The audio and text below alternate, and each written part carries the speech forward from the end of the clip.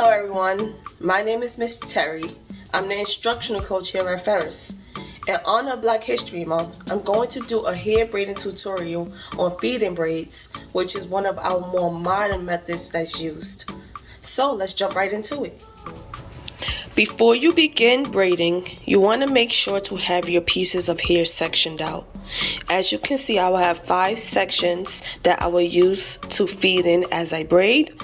I have my comb, which I use for parting the braid. I have my clips. It's a good idea to use some larger ones, but right now we have the smaller ones.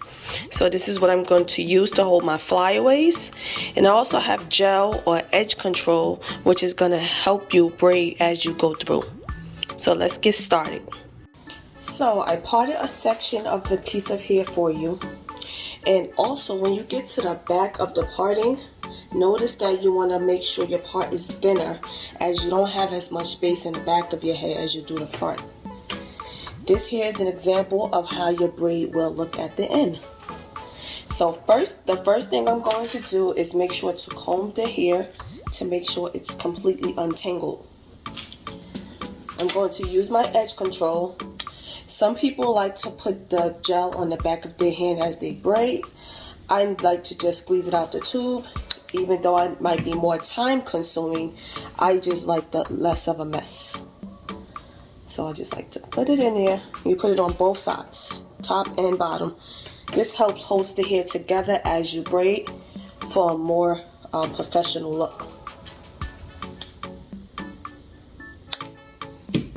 Some people like to extend the gel all the way through the hair as well. It's completely up to you based off of how you like the texture of the hair to be as you braid.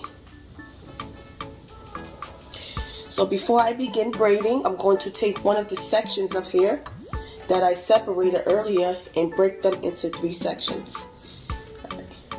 These 3 sections will be used in the beginning of the braiding process. Once you have your 3 sections, make sure they are easily accessible because you will need them immediately when you begin braiding. The very first step is to take the beginning of the hair and separate it into 3 strands. You're going to start by braiding the hair initially as if you weren't going to put any extensions. In the very beginning, I'm going to take one of the smaller 3 strands and put it under the middle strand and the strand that's on the outside right. And notice as you continue to braid, you also pick up hair as you go down. So you're going to do this again. The very first 3 pieces is going to be the 3 small strands that helps with the natural look. You don't want your strands to be too large because then the braid will not have a flow. It will be too bulky in the beginning.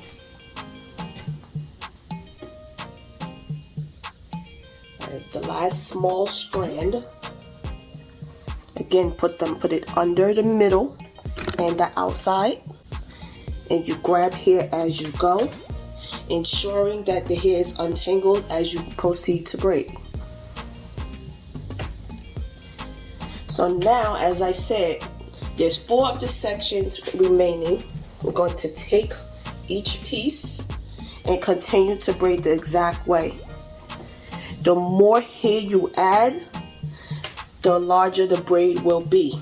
So this is completely up to you.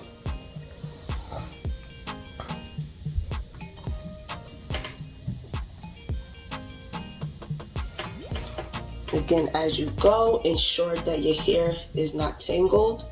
You want to make sure of that because if you tangle it, it can mess up the braid. And you just proceed. My mannequin's head is moving.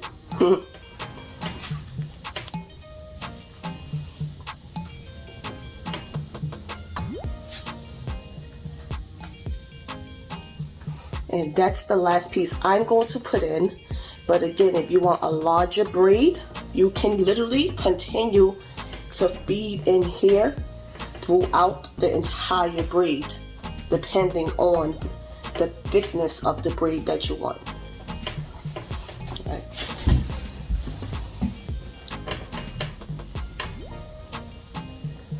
And I just noticed that I didn't even put clips in my hair. And these will definitely come in handy for situations like this. As you can see, you have flyaways, which you don't want to get inside of the current braid. So you just put a clip to ensure you don't have any snags.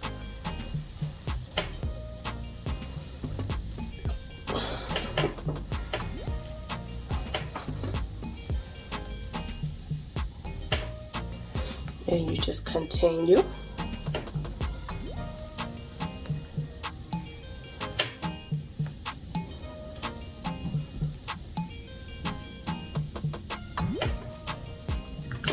In addition to adding hair at the inside of the braid, the more hair you add, the longer the braid will be at the end as well. So that's something you want to keep in mind when you're doing your braid. And you want to make sure you get all of the hair in tight until the end. Once I get to the bottom, I like to kind of curve my hands under because it's much easier to braid after that.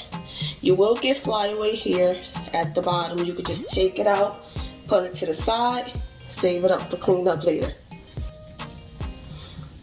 So I'm just going to continue. Sometimes you may end up with more hair on one strand than the other. For example, this one is much bulkier than this one, so I'm literally going to take a tiny bit of it. And this also helps for the length as well, because this string is shorter than the others. So I'm just going to take a tiny piece of one on the right, infuse it into the one in the middle, and continue braiding.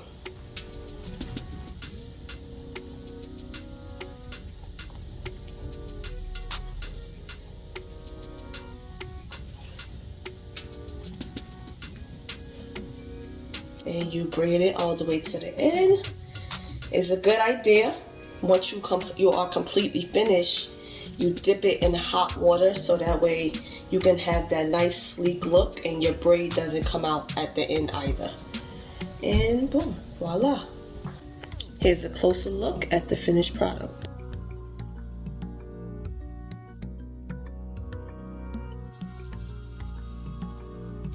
I hope you enjoyed the video. I hope you learned how to do a braid. If so, feel free to share. Thank you for watching and you enjoy your day.